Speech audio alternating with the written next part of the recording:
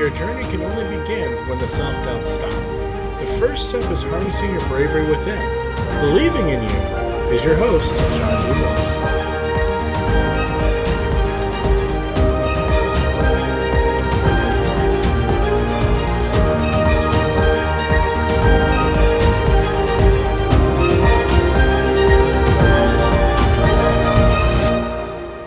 Hello and good day to you all. My name is Sean, and I'd like to thank you for tuning in to another episode of Bravery Within. My popular podcast has taken off, and that's all due to my wonderful listeners out there. You're my extended family, and I can't thank you enough for tuning into the episodes and making me a small part of your day. It's wonderful and how fast this has taken off. You're doing such wonderful things there by sharing the podcast. You're talking about it, getting the word out there. You're hitting that like and share and all that stuff, basically to move me up in the algorithms. People are finding the podcast a little bit easier. And the best part of it is you're starting to write in and let me know what you're wanting to hear on the podcast, questions that you have. I've been able to help a few people out with some questions. It's been fantastic. But just keep in mind, I'm learning too, so sometimes I got to go looking for the answer. So I keep trying to find, new things to talk about because, like I said, I'm still on my own weight loss journey. I'm in month 17, and I'm still trying to figure out how our finely tuned bodies and stuff there, work, how they process things, how the brain works, all the stuff that goes right along with it. It's pretty incredible. When you break it down, it's an amazing piece of machinery, but it's also very sensitive to even the smallest changes. So one thing that I've been trying to learn that I have learned over the past year and a half with my weight loss journey is there's so many things that just the smallest changes can make a monster change. So I had a couple people there over the past couple weeks and stuff there ask me about, okay, what about my metabolism? What can I do to make it better? And that was a very good question because I didn't have the answer right on the spot. I've done some research on it, but I didn't dig into it a whole long ways until now. I just figured that, some people are lucky where they have just a very, very fast burning metabolism, so they just naturally stay thinner. They go through the calories a lot faster. But then there's mine that I think just basically jumped off the train and ran away and left no forwarding address, so I have no hope of ever getting my metabolism back. So I was trying to figure out, is there a possibility of, either kickstarting it, getting it to work, just get it to work for me once instead of constantly against me. So that's what episode 11 is all about, is metabolism, friend or foe. So we're going to talk about that today. That's going to be the big thing about today because I've had so many questions on it. So the more research I did on this, I was actually completely blown away with how the body processes the food into energy, I actually learned how fat is lost in the body. I just assumed it was burnt up into energy. Well, it's not. It does, but it doesn't. It's really weird. I'll explain it in just a minute. But the more and more that I go on with my own weight loss journey and helping other folks out and stuff there, and you're my extended family, so I want to try to give you the correct information and do the best that I can. I was actually really, really shocked in some of these things that I've learned. So some of the things that we're going to be talking about today is how does metabolism work and how does it affect your weight loss? And the other thing we're going to talk about today is memory issues you might encounter and how to combat them. So if that sounds interesting, sit down, grab a cup of coffee, and let's get rocking and rolling. The first part of this is how does metabolism work and how does it affect your weight loss?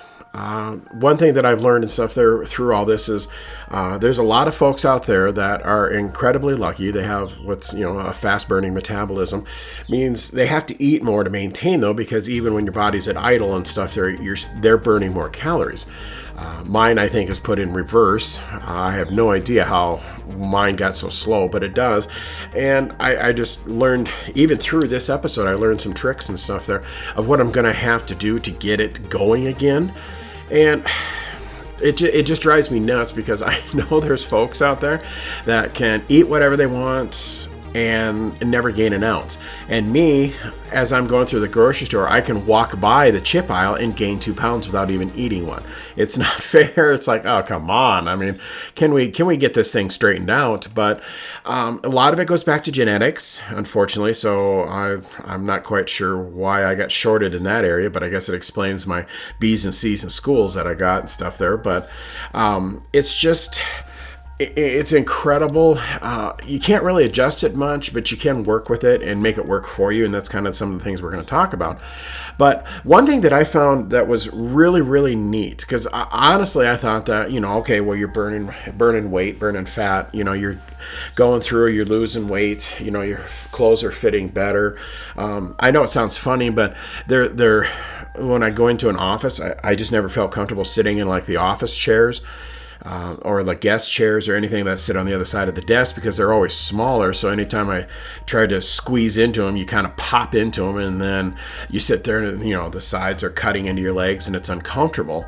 So I use a gauge now of knowing that how I'm losing weight besides just my clothes is I can sit in those chairs more comfortably now. I don't pop into them and basically, fill up the whole thing. My favorite chair at home and stuff there, I have a lot more room in. I can, squirm around if I want to. Those are all things that I'm learning that I use to gauge my weight loss. I know it seems kind of funny, but because I'm not going to step on a scale until all said and done, and then I'll figure out what the final number is and stuff. But one thing that I found, because honestly, like I said, I thought fat was just, burned off. But what really, what chemically happens, that's the trick there. It's what chemically happens when you lose weight, is fat is converted into carbon dioxide and water. You exhale carbon dioxide, of course, we all know that. And the water mixes into your circulation until it's lost as urine or sweat. If you lose 10 pounds of fat, precisely 8.4 pounds comes through your lungs, and the remaining 1.6 turns into water. Needless to say, I went back and I thought, okay, that can't be right. I mean, okay, what are these guys trying to push off on us now for medical information? And I found that on 5 separate medical journals and stuff there, and they all say the same thing, which, okay, well, at that point, then I'm going to lead, basically credence to that comment. But honestly, I thought you just burned it off and you burned it. That's why you always exercise. That's why you're always doing this and that there to try to get things done and get the weight off. But to find out that it's converted into carbon dioxide, something that we breathe out, and water was just incredible. So I guess that's where the working out comes in, because you sweat a lot. So as the fat's being burnt up, you're sweating out, some of it's coming out, at least, a little over 1.5 pounds is coming out in water-wise and stuff. So I found it interesting. I just, at first, it really caught me off guard. It's like, oh, that can't be right. But I looked in a couple different places, and by golly, it is. So just know, like, if you're probably gonna run into this, like what I've run into this, is your body is going to fight you every step of the way while you're trying to lose weight. It is so infuriating. It's like, come on, we don't need this much extra. I mean, let's just be honest. And, and yes, I admit that, all the cookies I ate and the brownies I ate and the ice cream and lemon meringue pie, I know that wasn't all good for me. I was eating my feelings, trying to get through life, because life is so rough and so tough. It's just like, how am I going to get through this? Oh, well, guess what? I'm going to go get another piece of lemon meringue pie, and that's going to solve all the problems. Might as well be like an ostrich and stick your head in the sand. It's the same thing. Too bad it took me over 30 years to figure that out, and over 300 pounds of weight gain before I finally realized, wow, that doesn't work. Maybe we better do something different. So that's why I started my weight loss journey. But my body still fights me every day. You got that voice in the back of your head that's like, rah, rah, rah, just eat this, rah, rah, rah, eat that, and it's just irritating. But one thing that I also learned too is your metabolism will naturally slow to maintain your current weight. So your body is fighting you, because this is called metabolic compensation. Your body has been programmed, essentially, to interpret a change in your caloric intake as a sign of distress. It wants to keep always extra in the tank. It always wants to keep, make sure that it's always can keep the all your vital organs and your functions operational. So then it gets worried. So then it starts hanging on to, storing more fat cells and everything. It's always planning ahead for the future, and it wants to make sure it has enough fuel to keep all, your brain going, your heart going, your lungs going, everything that, that's essential to life. That's what your body is programmed to do.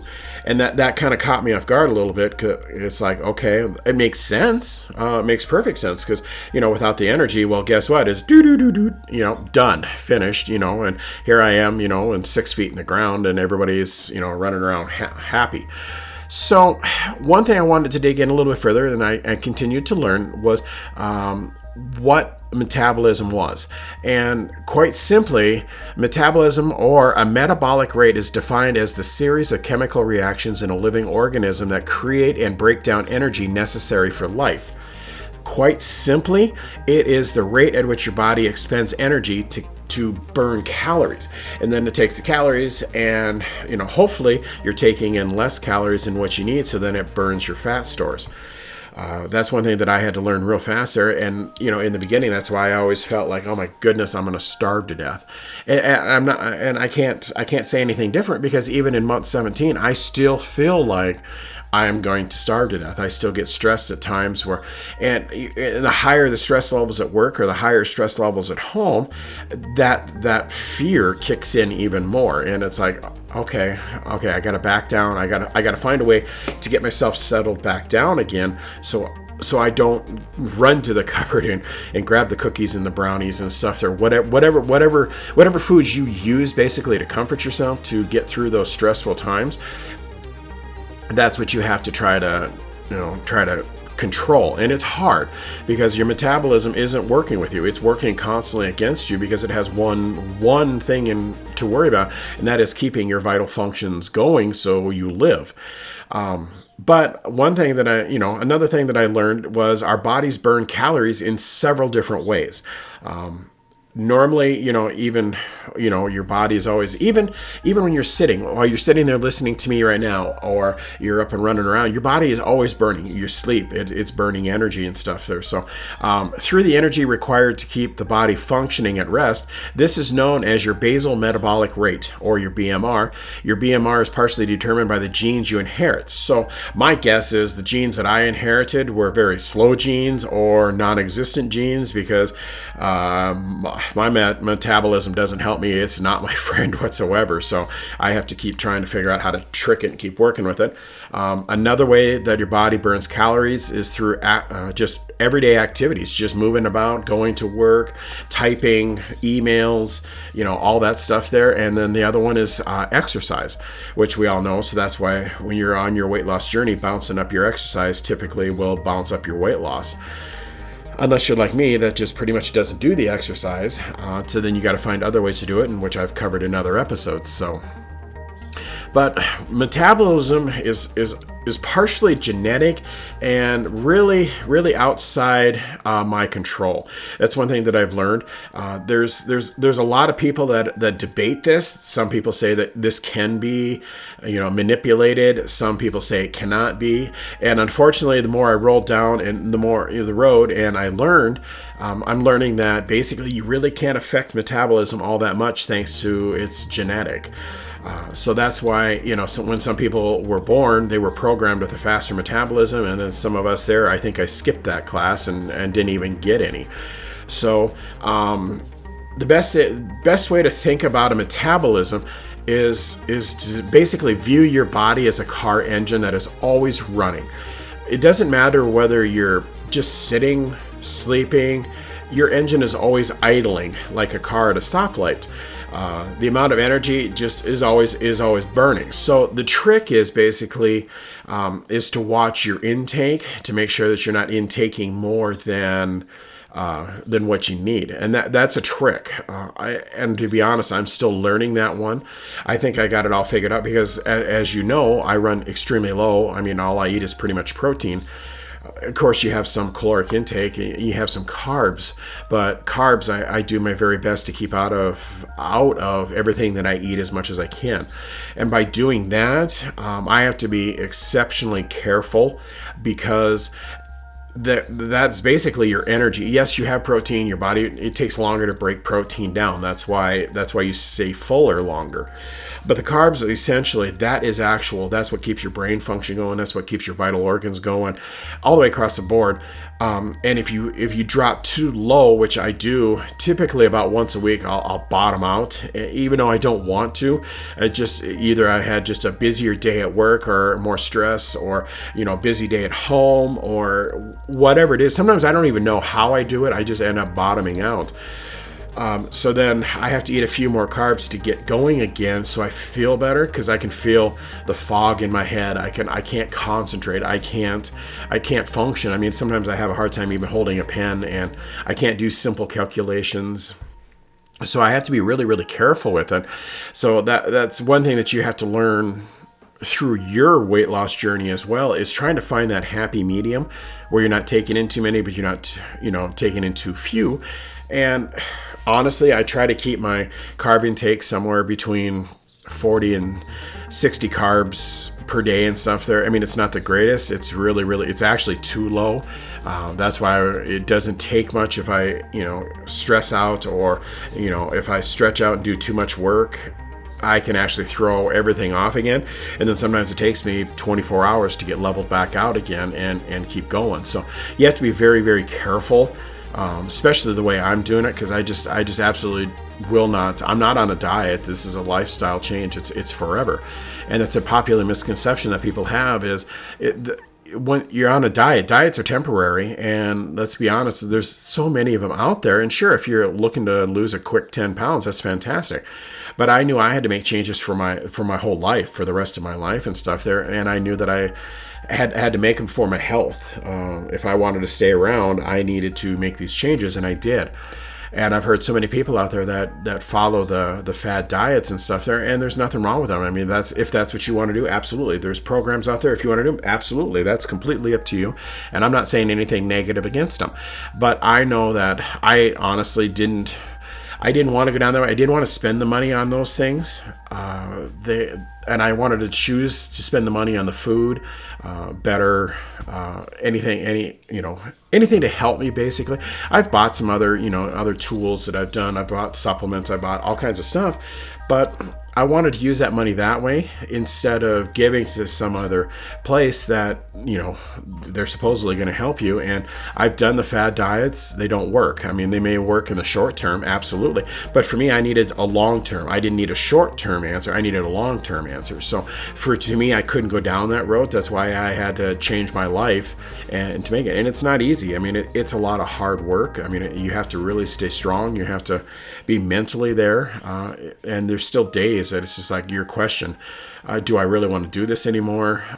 And then when I do, what I'll do is I'll go back and find some pictures of myself before I started, which there isn't many. I'll be honest, I hate pictures. I don't take many of them. That's why I'm on the radio and not doing my vlogs anymore, because I don't want to be seen. It's just one of the things that, like I said, I'm an introvert. I just keep to myself.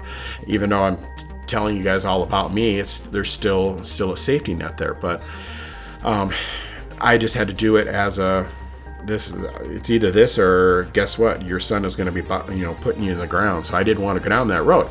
So I started losing weight. I dug down deep, and here we go. And so I figured that, all right, how am I going to tackle this? What's the next step? So I kept digging into all of this, and as you're losing weight, your fat cells shrink, which means you don't feel as full. That's why you feel like you're starving all the time. And when I read that, then it was like, it makes sense of why my mind, there's that little voice in the back of my head that's always saying, you need to eat, you need to do this, have another cheeseburger.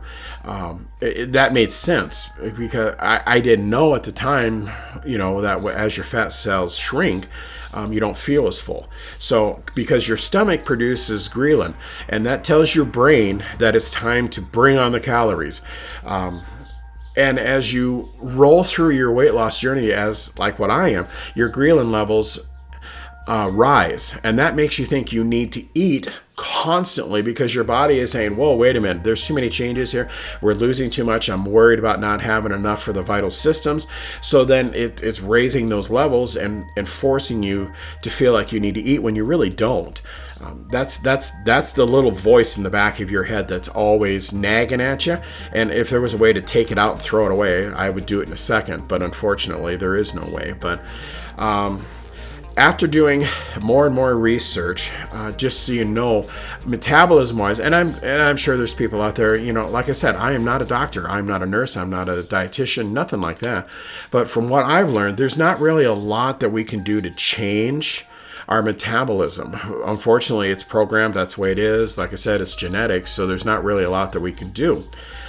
Just some people are lucky to have a high metabolism. Some people like me that have a low metabolism, and I gain weight very easily. So for me, it's just that much more difficult to try to lose weight and keep going. But I just do everything that I can to try to fight that little voice that's always nagging me in the back of the head. So when some of the things that I use to combat that, I'll go out and work in the yard, or I'll go for a walk with Willow. I'll go up in the hills and take a drive. I'll turn the music on loud, turn on some good 80s music and rock out for a while. Sometimes that helps. If that doesn't help, then I'll get a beef stick out of the fridge, or I got my favorite popcorn that I'll grab a cup of and stuff there. That helps to kind of take away that nagging feel, because you put something in your stomach. Those are just some of the tricks that I've learned. Do I have it all figured out? I don't. I'm still learning. Like I said, I'm still going through my weight loss program. The journey is going to be forever. So one thing that I've learned is sometimes it's not the destination, but it's the journey itself. Yes, we all want to be skinny. Yes, we want to be that supermodel. I'm never going to be. I don't have the looks for it. I don't have anything like that.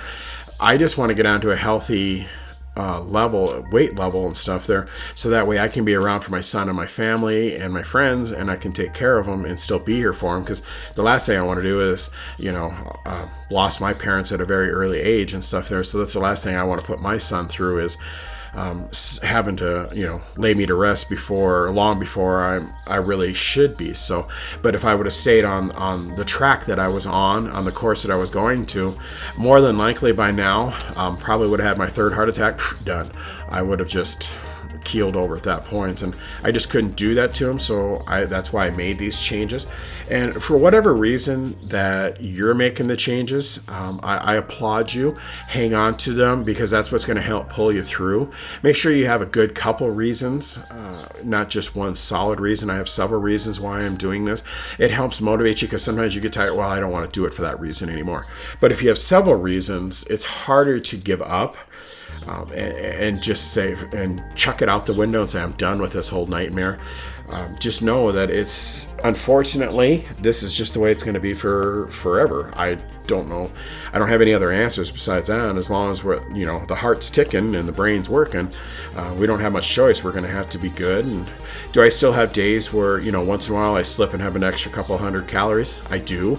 But it's rare, because I just know that I have to try to find a way to work those off again. So I try to be really good about that and not, I'm not lucky. I can't go to a gym and work out. I can't go on, I don't run marathons. I mean, I know people that do, and they're amazing. Those people are so amazing to be able to run a 10K or 20K or, whatever it is. It's just amazing that you can do that. And I applaud you, because that just helps with your own weight loss journey. But unfortunately, so I do the easy thing, and I just take a short little walk around the neighborhood, or Willow and I will go up in the hills and we'll do a little bit of hiking or anything to basically get out. Or on my lunch break, I'll walk around the parking lot, just anything to try to help a little bit, to try to keep the body going, because I work behind a desk all day, so it's very, very easy to just not get going. So I do my very best to keep things moving and keep things going. So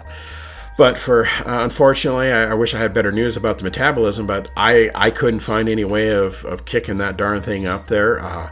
So you're just going to have to work with it somehow, and the best advice I got, I guess, is you're just going to have to watch what you eat, what you put in the body, and I've heard the old adage, your body's a temple. Well, unfortunately, it kind of sort of is. And, if, good goes in, good's going to come out. If you put yucky stuff in, yucky stuff's going to come out. I hate saying that, because I swore as like, oh, these people are so full of hooey. But unfortunately, they're right on this one here. And that's why I said part of it is retraining my brain and saying, okay, well, this is the way I believed it worked. Well, guess what? It doesn't work that way. And I had the 300 plus pounds to prove it. So it just took too long for me to catch on. So the second part of today's podcast and stuff that we're going to talk about is memory issues you might encounter and how to combat them. One thing that scared me right out of the shotgun, it probably took, 3-4 months probably before I started realizing that I had a problem, was memory issues. I've never had the greatest of memory, I'll be honest, but I was able to catch things a lot faster. I was able to, learn things a lot faster, remember things. Granted, I can still remember my phone number from when I was growing up when I was 10 years old, but I can't remember the password that I created 10 minutes ago. I just know that there's a lot more that we have to do, we have to process. There's so much more expected out of us for work-wise, for home-wise.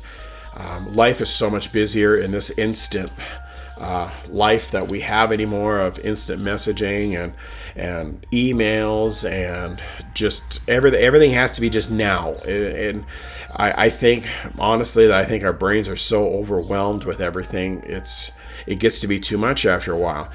So I started noticing that I just wasn't able to catch things as fast. I wasn't able to learn things, to do things. There was times I felt just mentally exhausted, and I still do. Honestly, I thought it was because I was getting older. As you know, we're all marching towards that finish line, but I didn't know if it was because I was getting older, if I was still running on the old Windows 98 version of programming and things, trying to keep up with, this day and age. Well, Windows 98 definitely is not going to keep up. There's a reason why it's in the past. So I felt like, well, maybe that's me. Maybe I'm just, the old Rolodex that's up there that I use for my brain just couldn't keep up. And in some instances, it's true. But then I realized once I, started kind of snooping around a little bit more, because I got tired of writing things down to remind myself to do things. I used my phone calendar to remind me of birthdays, holidays, all that stuff there. I used to be able to remember all that stuff all the time, and it was driving me nuts because I'm so dependent on the technology anymore. On my computer, I have everybody's anniversaries and birth dates and stuff there to make sure that I don't miss things. You set up reminders a week or 2 or 3 ahead of time to start reminding you, okay, you need to get a birthday present or an anniversary gift or, whatever it is. And it's May, and I've already started my Christmas shopping. I started it 2 months ago. So that's how far ahead I start planning. But it makes me nervous because it was like, okay, why am I just all funkadelic all of a sudden? Well, as I said before, you have to have carbs, and that's basically the energy that allows your mind to start making memories and retaining stuff. And when I had cut myself down to almost no carbs, there was nothing there to work with. Sure, it gets some, burning up your fat stores and stuff there, but you still have to have intake, and that was a popular misconception that I didn't know when I first started, because like I said, I just, Thelma and Louised it right off the cliff, and I just went for it. I didn't do all the research like what I'm doing now to make sure that I'm keeping my body where it needs to stay, and doing the best that I can. I just, okay, well, no carbs, you're not supposed to have any, so don't put any in, don't take any calories in, and on and on and on, and that's how I started with this whole thing. And needless to say, this far in, I've had to do some adjustments along with reprogramming, and I've had to upgrade from Windows 98 to Windows 11 now and stuff there to try to keep up with all this information and all this data. And I had to bounce up my carbs a little bit. I learned that the hard way.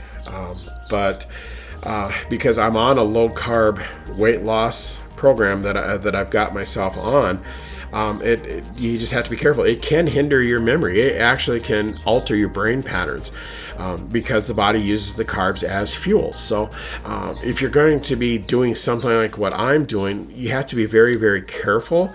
I don't want you, having problems down the road. Or having problems sleeping, or there's so many things that can go along. So you have to be really, really careful with what you take out, what you put in. Just be, always be mindful of it. That's all I think about anymore, is making sure, okay, did I eat enough here? Did I eat enough here? To make sure that, okay, I'm not going to bottom out. I'm not going to have a problem when I get home, when I just plop in my chair and there's nothing left of me, and it's kind of like, ugh, okay, I can't do anything. So be very, very careful, because your body is going to take whatever you're putting into it, and it's going to apply it to your vital organs to keep them running, your brain, your heart, and everything there. That comes first, because if you don't have that, well, guess what? Well, we don't have to worry about going down the weight loss journey anymore.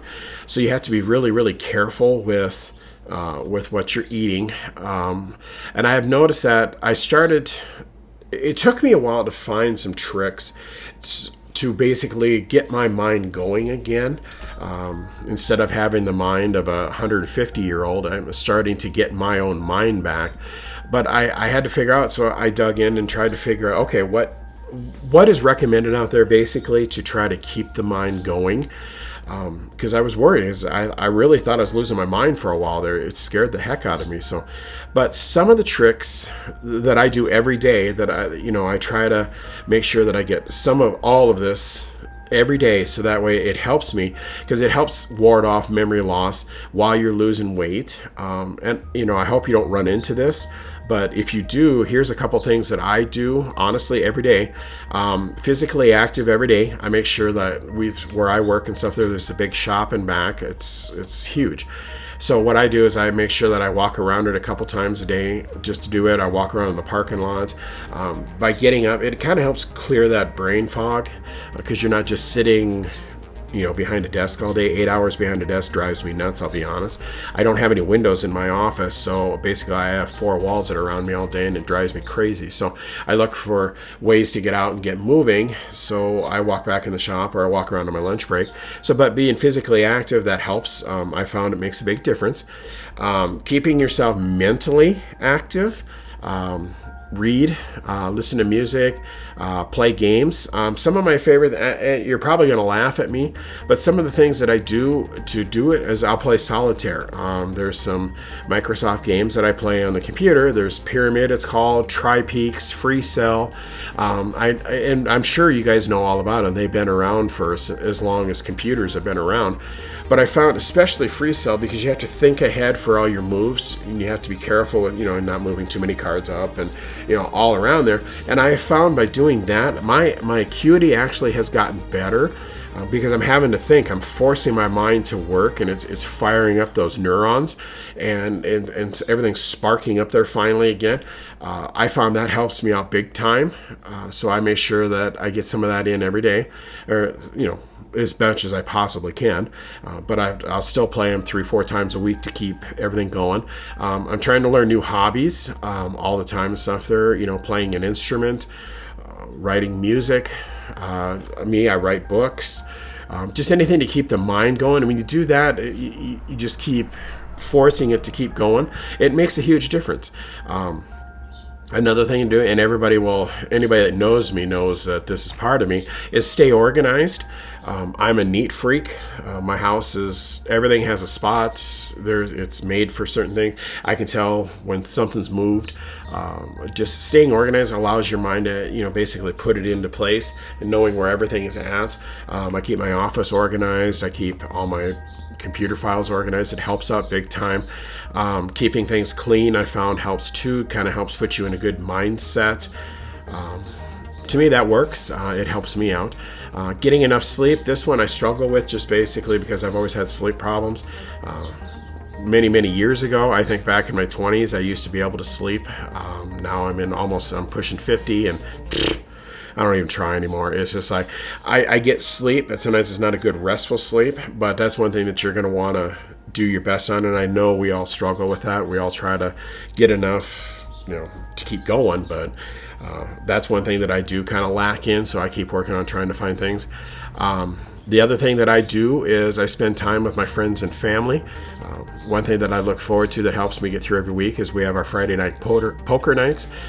We go out for supper that night. We all sit around. We talk about our week. We pick on each other. We play cards. We play games on the TV.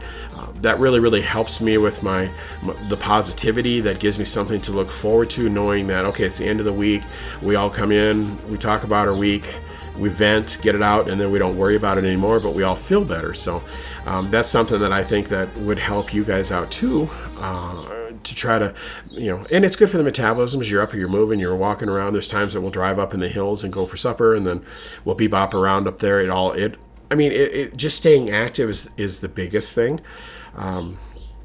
But these all have made a huge difference in my weight loss journey. I got to be honest. It's like I said, I'm constantly learning. I don't have all the answers. All I can do is give you the answers that I've been able to learn and things that I have done personally, so that way I'm not telling you something that I haven't done.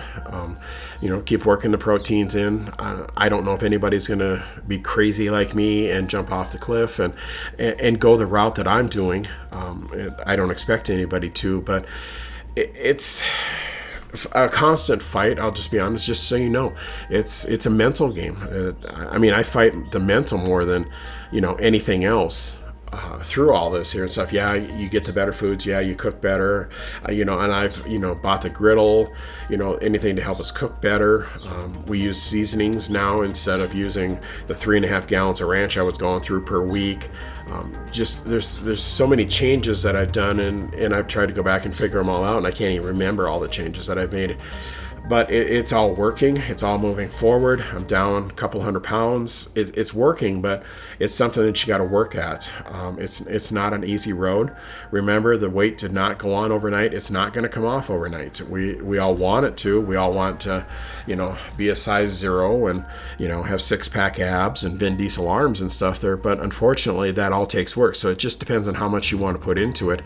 And as I get older, energy, for me, you have to be careful with, because it seems like it's not quite in abundance as it is when you're 18. Things just don't seem to come as easily, and it takes a little bit more to keep going. So, but all in all, do I regret it? Not for a second. I love the weight loss that's come off. It's nice to finally start seeing the results in the mirror. None of my clothes fit.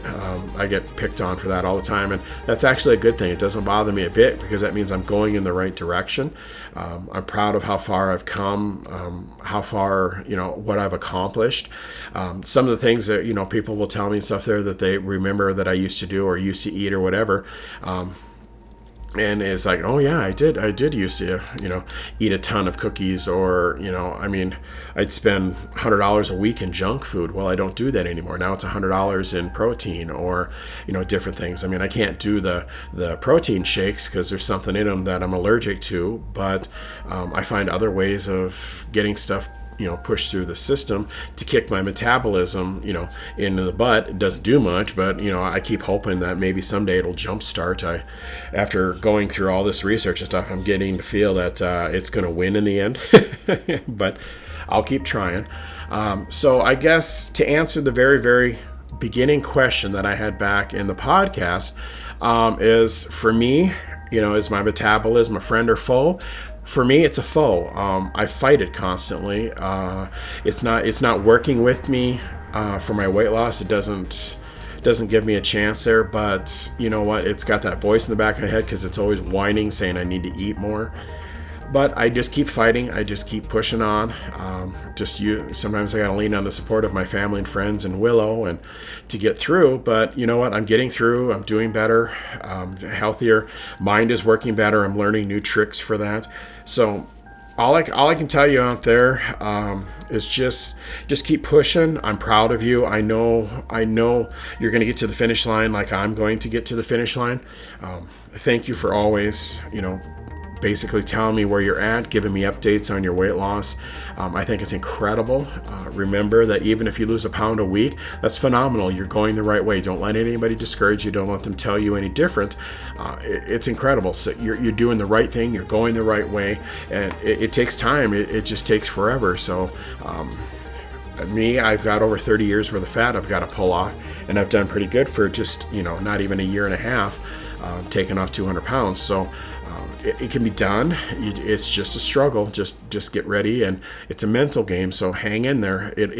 I don't know if it'll ever get easy. I don't think it will, because I'm afraid that if it did, then I would jump on the bandwagon and I would start eating brownies and cookies and lemon meringue pie again. But the trick that I've learned is sometimes when you get that craving, then I'll have a little bit of it. But the thing that shocks me the most is probably 90% of the stuff that I used to eat, I can't eat anymore. I'll taste it, and it's like my taste buds have changed, and it just tastes like, ugh, I just can't. And I had that again. I was having a weak moment, and I had a brownie Friday night and stuff there. I just had a little piece of brownie and stuff there, and it tasted just like chalk. It was just disgusting. So that helped curb that craving and stuff there, and I kicked it there. And there's been so many other things that I've eaten in the past and stuff there that I'll just try a little piece again, and I can't eat it. It's just like, ugh, nope, this isn't going to work. I don't like this anymore. I'm moving on. I'm giving up on it, which, in a sense, it's actually good, because it kind of helps me stay on course. But it's also kind of heartbreaking, because it's kind of like, oh, I like those cookies, or I like those brownies, or my favorite dessert was lemon meringue pie. And I had some, oh goodness, probably a year ago. And when I ate it, it was just like, and it was the same brand that I bought from the store that I had previously eaten 50 or 60 of those pies of. Loved them. But the problem was after I ate it, and it was like, no, didn't like it. So I ended up, thank goodness that my son's girlfriend there, she loves lemon meringue pie. Well, guess what? She got almost a whole pie. Thank goodness she took one for the team there and liked them. So that's why she's so wonderful to have around there. But there's just it's really shocking. I hope that happens for you guys. Just for the fact is, I found that actually helps keep me motivated to stay going down the road and everything else. But sometimes I've just learned that you just have to take a little bit. When the cravings get to you, they just, you try to supplement with something else where, okay, well, yeah, I'm going to have a cookie. No, I'm not. I'm going to have a carrot stick. And you eat the carrot stick and you go, that didn't do anything. You ate the carrot stick and it didn't help. One thing that I found is sometimes you just have to indulge that craving.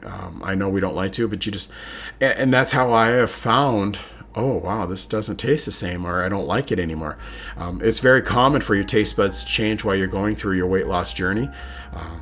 They're just, it's helped me. It breaks my heart, but it also helps me at the same time, because I haven't gone back and eaten any of those because they just didn't work anymore. So, but hopefully that helps you a little bit with metabolism. There's a lot of information there to process, along with the memory loss and everything else.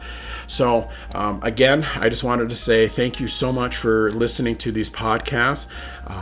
And it drives me crazy to keep saying it, but it's working. Please make sure you like the Facebook page. Make sure you share it. Make sure you comment on the pages. The YouTube page is getting a lot of hits, which is incredible. I'm really, really shocked in how many people are listening. The downloads are skyrocketing. It blows me away on how fast everybody's jumping on and listening. And I love hearing your comments. You guys have been absolutely phenomenal with telling me what you like, what you don't like. It's great. I'm trying to cover more and more issues and stuff there that you guys want me to talk about, and I will continue to do that. I like to listen to my extended family out there, because you are. I'm trying to help in any way, shape, or form, and I treat you all as family, and I want to make sure you have the best information to make the best decisions, so that way you get the most out of your weight loss journey. So just remember to tell all your friends and family, tell everybody you can find. It just helps out all the way, so we can help more people and invite more people into our family.